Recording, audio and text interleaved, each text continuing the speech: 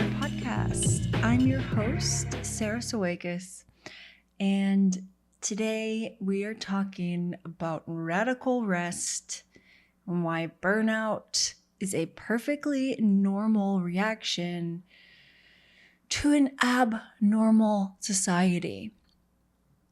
So, for a little context, I just wrote a Substack about this, and I'm not even going to look at that because I realized I have a lot more to say about this. And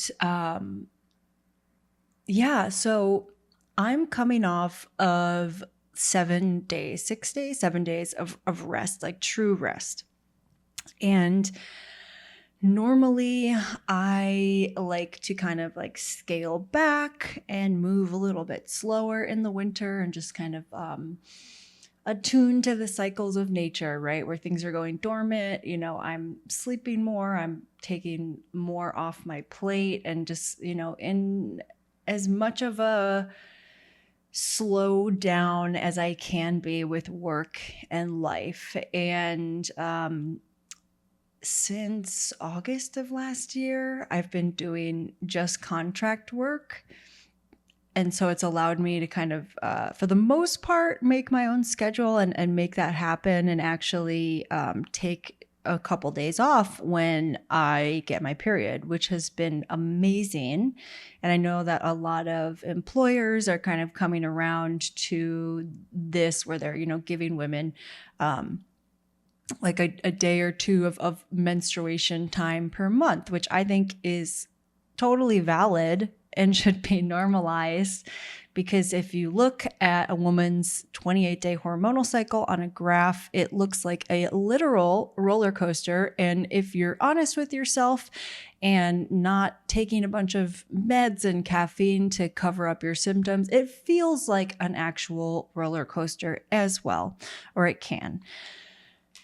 Anyways, all of this to say that the last 2 months, I had to move twice in that time, and just had to, work more than I would have liked to. I just felt like I was going with moving and work stuff and life stuff and unpacking and just all that energy and stuff and, things and to-do lists, that never ending to-do list when you move. And I had to do it twice.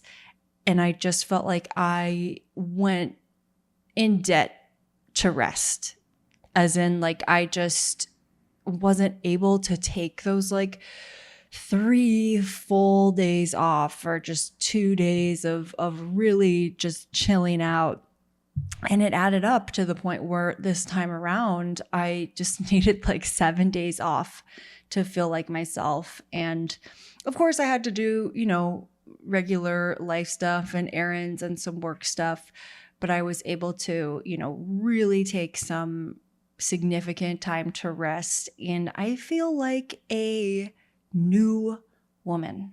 And I was just reminded of the importance of doing this, and how our culture is set up to have us believe that we should always be going and always producing, and when we're not working, we should be side hustling, and we should be having fulfilling relationships and hitting the gym 5 times a week, and staying up to date on the latest shows, and keeping a perfectly clean house, and going grocery shopping, and making, healthy meals at home, and just like so many pressures. And it's like, where do you get the time? And I just want people to ask themselves, like, why are we doing this? Is it serving you to do this and to live your life in this way where you feel chronically burnt out? And if we really look at our lives, most of us can afford, I'd say all of us could afford more rest, even if it's a 10-minute meditation a day, or turning off Netflix and going to bed an hour earlier, or asking for help from someone in your network to babysit your kid. Maybe you can,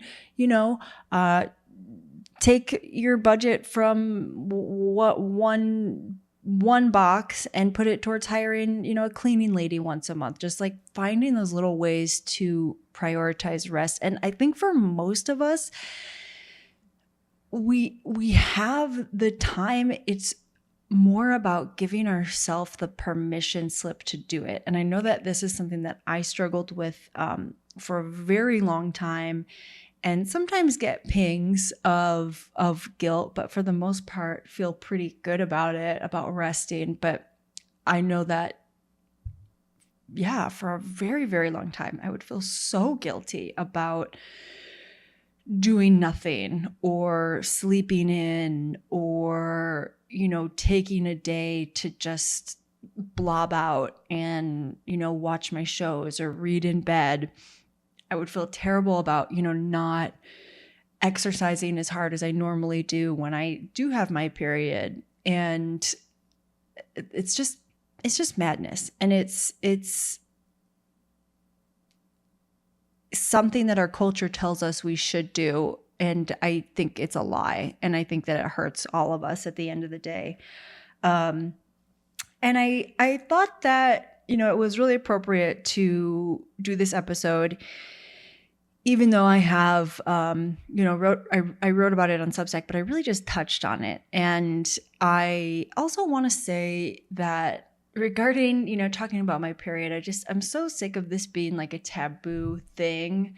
And I also think that, a lot of men who might be listening, or, men see things about like women's menstrual cycle and they just, oh, this isn't for me. But men, if you're listening, I think it is so valuable. If I was a man, I would want to know about woman's menstrual cycle. And I think that if you do educate yourself even a little bit, even on the basics, it's going to help your life so much.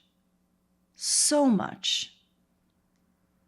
Because I think that men and women, we need each other and we do communicate differently. And it just, if I was a man, I would want to know. And men, my advice to you is to just listen. Don't be grossed out. It's just a normal thing that happens. And it is actually kind of awesome. It's when my intuition right before and during is like really, really sharp, like kind of scary sharp. And I'm like, okay, no, I mean, I knew I was a witch, but now I definitely know. And it's just literally, the stuff that creates life. So I don't know why we're so squeamish about it. Again, it's because our culture tells us to be and, shames us into buying all this stuff to cover it up and douche ourselves and blah, blah, blah. And basically just sell us shit that we don't need and make us feel gross so that we are more malleable and profitable. It's a theme in this podcast and a theme in our world and a theme in our sick culture, which is shifting. I don't know. I feel it. Other people feel it. We're noticing. I think COVID was just a lot of time. COVID, I think, allowed some people, to get the rest they needed to wake up and see that maybe we're not doing things the best way that we can. And I think that that's been hard for a lot of people to shake, myself included. And things are changing slowly but surely.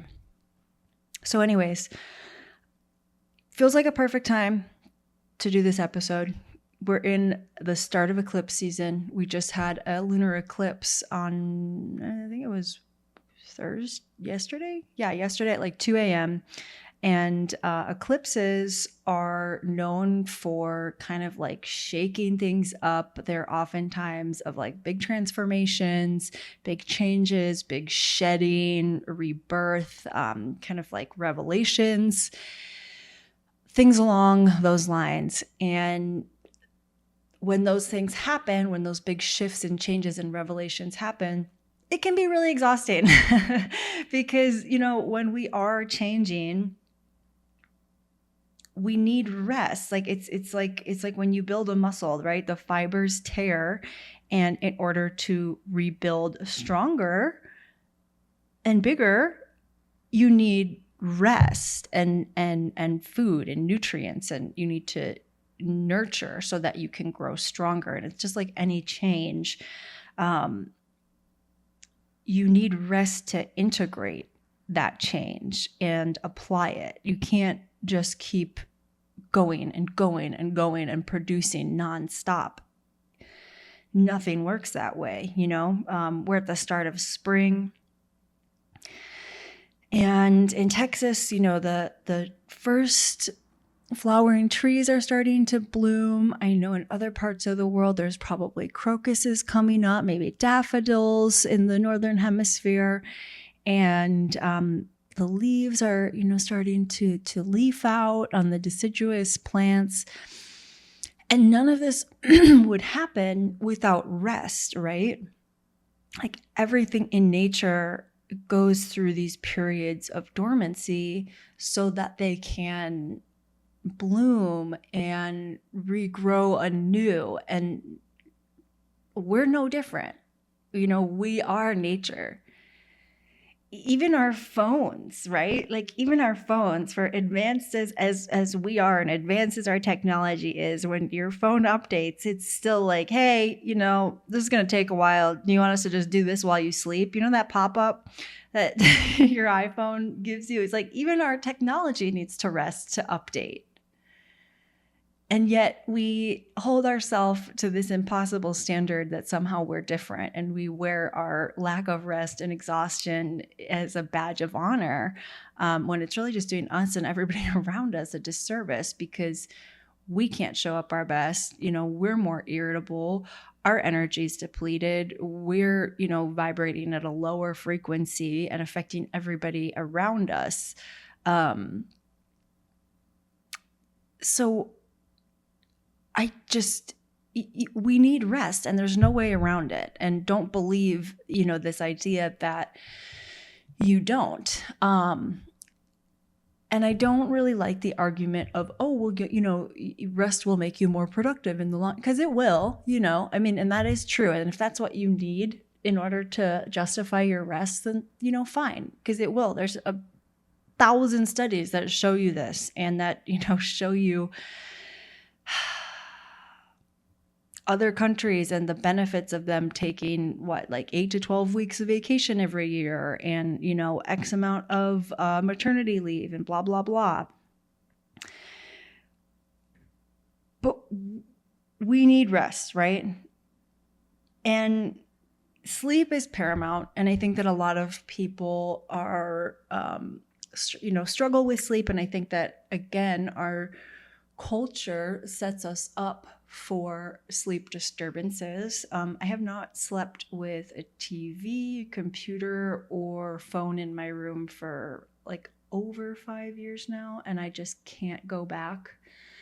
I highly, highly, highly recommend it. I charge my phone in the other room, can still hear the alarm clock in the morning. Right? Our phones emit blue light, which disturbs and messes up our circadian rhythm. So if we're seeing this blue light, our brains compute it, our brains understand it as like midday afternoon light. And if we're trying to go to bed and feeding our brains all of this blue light, mid-afternoon daylight, it's going to disturb our circadian rhythm, make it harder to fall and stay asleep. So you can put your phone in like a color tint. If you go to, I have an iPhone, and I go to settings, accessibility, color filters, and then during the day, I put it in grayscale so that it is less appealing and saturated, and I want to be on it less. And then at nighttime, right around sunset, I'll change it to color tint and have it be like kind of like an orangey red, because red light is going to trigger, like a sunset, our circadian rhythm to fall asleep and be able to more easily stay asleep and get a good night's sleep and be fully rested. So that's one thing you can do with your phone. There's a program You can install on your computer called Flux, and it will slowly turn your computer like that orangish, reddish tint. And you'll still be able to see colors, but it will have, an orangey, reddy tint, as the evening goes on. And I installed that. Yeah, again, it's called Flux. You can install it on your computer. And then also people get red light glasses and things like that, or red light, infrared lights.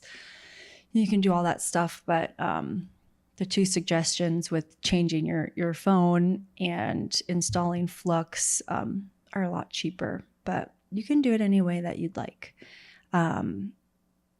People also prioritize getting actual sunlight in their eyes in the morning. So like when you wake up, you make sure to get sunlight in your eyes. You don't stare directly at the sun, but you get some sort of, sunlight in your eyes. And then if you can get late afternoon or evening sun, that can also help set your circadian rhythm. Other than that, I think, there's just the daily stresses of life that are affecting people's sleep, right? And I think one thing that you can do is meditation, which I know I talk about a lot, but I love it because even if you do it badly, it still works. You can literally lay in your bed for 10 minutes, set an alarm, set a timer. And even if you have racing thoughts, if you just sit there and breathe and attempt to quiet your mind, you'll slowly get better, and you don't have to do it perfectly. I don't think I've ever done it perfectly in my life, and it still works. It still helps me emotionally regulate. It still lowers my anxiety. It still helps me fall asleep at night. There's all sorts of different tricks that you can, or tips you can use to, get a good night's sleep. I take an Epsom salt bath every night before bed. And Epsom salts have magnesium. Magnesium helps us fall asleep. There's plenty of magnesium supplements. I think a lot of people are deficient in magnesium. So there's a lot of magnesium supplements that you can take as well that will help you go to sleep. So sleep is paramount. And I think that if you're not getting 8 hours of sleep, 7-8 hours of sleep a night, I think I do better on like 9, if I'm honest, sometimes 10.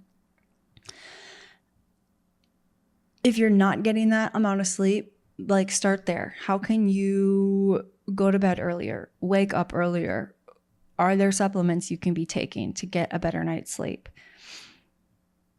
But there's other forms of rest beyond just a good night's sleep, right? So one thing I've gotten in the habit of doing is I delete social media at least once, one day a week. During my period, I will delete it for a few days. And I keep talking about my period because for me, it is like a regularly scheduled event where I say, hey, I know my body is going to be more fatigued than usual. I know my body is going to be working harder to, go through this process every month. So it's just really easy for me to look at my calendar and be like, okay, I'm going to need, these 3 days to scale it back and, have at least one of those days be like almost a full day off or close to it as I can get. Or I'm going to have to move something around in my calendar and just prioritize rest on those days.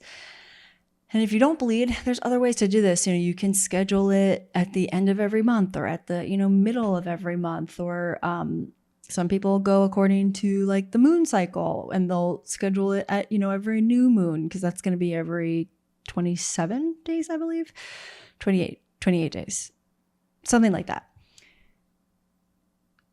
So yeah, that's why I keep mentioning it, because it is a way for me to just promise myself that there is a short period of rest coming. And again, I normally do not take 7 days off. I normally do not need that amount of time off if I'm scheduling regular small bouts of deep rest. However, as I mentioned, sometimes life is lifing for 2 months straight and you're surviving, and it adds up. and then you feel depleted and you need, a week off. And if you do, you should take it and figure out a way to do it. And there is a way, I promise. So turning off your phone, I think that's another thing too, is like we convince ourselves that, we don't have the time to rest. And if you say that, look at your screen time. Look at your screen time and how much time you spend every day checking email, checking social media, playing games on your phone, looking up things on Google. And yes, of course, some of that time is important for, right, responding to family, friends, emergencies, work stuff, etc. But I'm going to go ahead and guess that at least half of it is non-essential. And that's time that you could be giving yourself back. So that's why I say, like, delete social media or just turn off your phone, even for an hour. Just turn it off. And I think that it can be restful to kind of like mindlessly scroll through social media, especially if you've, curated your feed to be things that are nourishing, to your mind and soul, or like cute, funny animal videos, that are really uplifting. It can be, restful to look at that stuff.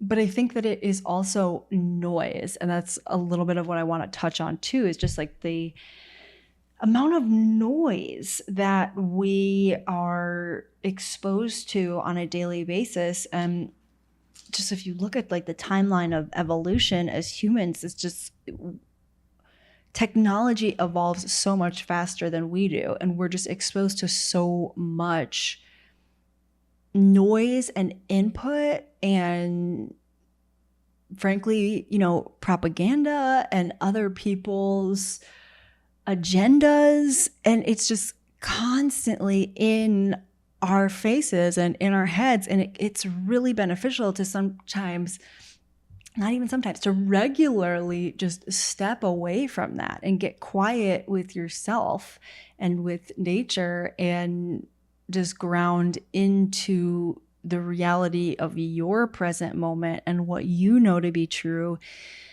instead of constantly, feeding everybody else's opinion and needs and agendas into your head.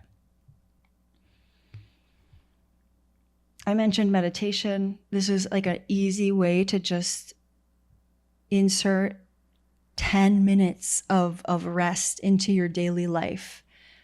Literally all you have to do is lay down in your bed, 10 minutes, set a timer. Do it badly, it still works. It's also just training your brain to like be comfortable with that silence and that lack of noise and that lack of input, and see what happens there. What are you avoiding? What magic might be there? What incredible ideas, what creativity that you have buried is going to come up when you do allow yourself to get quiet and grounded in that space with just you and God and the energies around you. I put blobbing on this list too, because I think that's valid. Especially if you are, working 2 jobs, raising a family, running errands, cooking all the meals yourself, doing all the household chores. Like, maybe you just need to like catch up on your favorite shows on the couch and eat bonbons. I did that for a couple days. It was awesome. I loved it. White Lotus season 3. Oh, it's genius. It's so good. Love on the Spectrum. Beautiful. I can't believe it took me so long to watch it. I want to sign up for it. Podcasts too. Like, you can go for a walk, listen to your favorite podcast, or just, if you do have to clean your house, which I'm a big fan of a tidy house. I think, what is the phrase? Cleanliness is next to godliness or something. I do think there's something to be said about the state of your home reflecting the state of your internal world. But it also takes a lot of time and effort. Not everybody enjoys cleaning. I'm lucky that I do. And I like to listen to podcasts when I do that or on walks. which can be very nourishing. Even though you're moving, it's restful because it's just meditative, repetitive motion. I definitely recommend just listening to nature on walks. Occasionally, I will, take a moment to sit at if there's like a little creek or a little waterfall, I'll take my headphones out and just listen to the water, for 10 minutes or so during my walk. Or there's like a birding deck on this one hike that I do, and I'll take out my headphones, just listen to and watch the birds. And then the other day I just laid down on this bench. It's like a bench in the woods and there's a little off path to it. And I just laid down on the bench without my headphones and just stared up at the clouds, watched the trees move, and it was so nice. So nice. And then I put my headphones back in and continued my walk. But even those little breaks of silence can be really nourishing. Take a bath. I love a bath. I don't know that there's much more to be said other than that. I take a bath every single day. This past week, I took 2 baths in a day. Take a nap. I love a nap. A nap and 2 baths in the same day. I was in heaven and I needed it. And I'm not ashamed to say it. Allow yourself to take a nap, even if you don't fall asleep, and even if you just close your eyes for, 5 minutes, 10 minutes, cuddle your pet. It can be so delightful and so nourishing, and just give you a little second lease on life. Is that the phrase? I don't know. You know what I mean?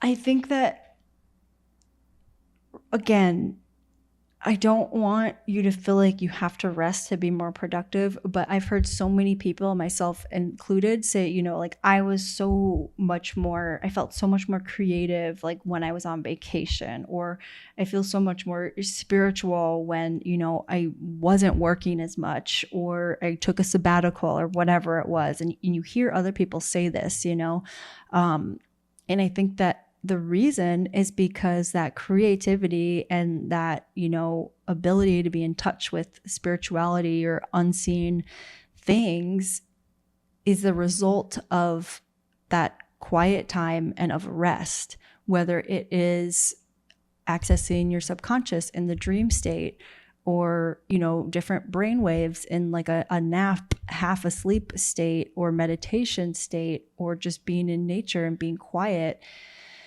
Something really cool happens when we just allow our brains that silence and stillness of rest, and just turning your brain off. And sometimes maybe that is, like watching a show, because it can get us out of our own head and focused on, a different story. If you're, in this like loop of trying to figure out a problem, or you have a lot of stuff going on, sometimes it can be really helpful to focus on someone or something else or another story to just get that step away from your own stuff in order to get a little perspective.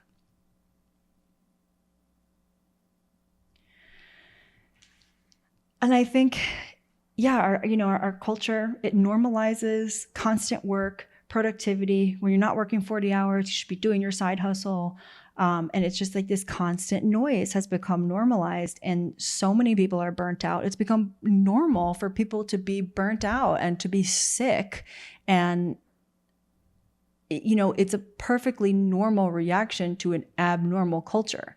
Like what I said in the beginning, people are waking up and realizing that the way that we are doing things doesn't work. People are sick. People are hurting. People are disconnected. People are not fulfilled. They're hurting. And it's because we need a shift. And I think that it's so easy to, any downtime that we have, any quiet time, time that we could be using to rest and do these things that nourish us and, fill our cups is so easily filled with, checking social media, checking email, responding to text, responding to emails, doing a little more work, online shopping, right? And it's like without that downtime, we can't hear what's going on inside. We can't receive those intuitive messages, those spiritual downloads. We can't get in touch with our emotional body or energetic experiences, that extend so far beyond the physical plane and the physical world that we are taught is the only one that matters. And that's because our culture, right, values and validates only the physical plane at the moment, right? That's called materialism, meaning that matter and things that are, physical and composed of matter are the only things that exist, which is flawed thinking, right? Because even matter, if you break it down, is made up of atoms, which is mostly non-matter. As in it's mostly empty space, right? So what about all that empty space? It's not just nothingness, it's energy. It's things that we don't understand and that we can't qualify yet, right? So if all matter is made up of atoms, but atoms don't touch each other or have distinct boundaries, allegedly, then is matter, even matter if it's mostly empty space? And yet we're living in this world that says only things that you can see and touch are real, when the things that you can see and touch are mostly not matter. Does that make sense? Does it matter? I don't know. You know what I mean? What does all this have to do with rest? All the stuff that fills our days, right? Work, second work, errands, chores, phone stuff, bills, paperwork, ads, input, noise. It's so much noise and so much chatter, and it keeps us from accessing the bigger picture, from accessing our joy, our creativity, pleasure, love, presence, awe. And it keeps us in this state of perpetual anxiety and obedience, which is another theme of this podcast that is emerging. So what can you give up? Maybe you can't give up your job or your second job. I get it. But can you turn off your phone, for an hour and take a nap? Can you meditate for 10 minutes? Can you sit outside in nature with no noise for 10 minutes? Just sit in the sun. Can you prioritize, better sleep, getting morning and afternoon or evening light? Can you turn off blue light on your electronics at night? Can you sacrifice electronics in your bedroom? You can and you should. It's awesome. I love it. I'm never going back. It's been like 5 to 7 years. I don't know. It's been a long time.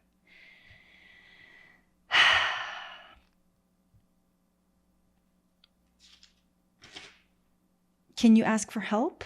Can you ask for a babysitter? Or maybe can you afford to hire a cleaning lady? Can you get groceries delivered at least like once a week? Can you sleep in an extra hour? Can you turn off the TV a little bit earlier? I think, we are all doing a lot right now, and I don't want to diminish the fact that a lot of people are just working a lot, and especially single moms or parents or families where, both parents work. It's just so much to do. That's just so much on one person's plate. And again, this is one way in which we've got it wrong. This isn't working. It's not working for kids. It's not working for the adults. But even if you're single and working 2 jobs, just to live a good, normal life and it is a lot, and I don't want to diminish that. I do, however, think that it's about making time, and we can all make a little extra time for ourselves to rest.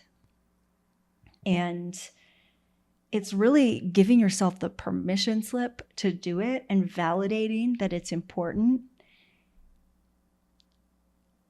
And I just highly recommend it. As somebody who is coming out of a nice long period of rest, I feel like a new woman, and I'm just really, really reminded of how important it is. Yeah. And I also listened to the Telepathy Tapes podcast on Spotify during my rest, during walks, during cleaning. I enjoy cleaning. So to me, that can be very meditative and restful.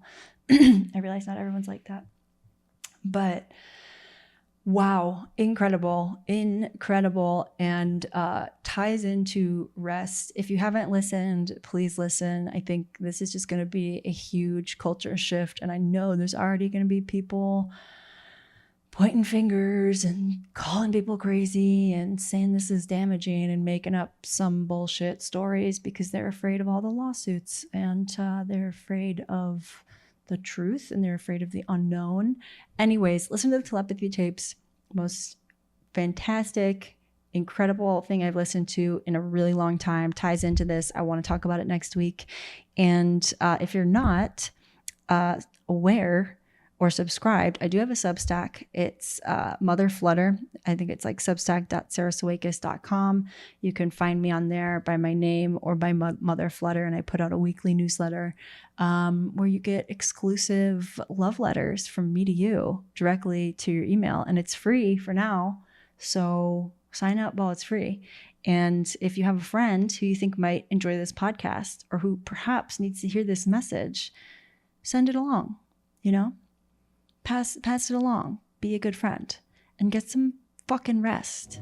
All right. I love you. Toodles. Until next time.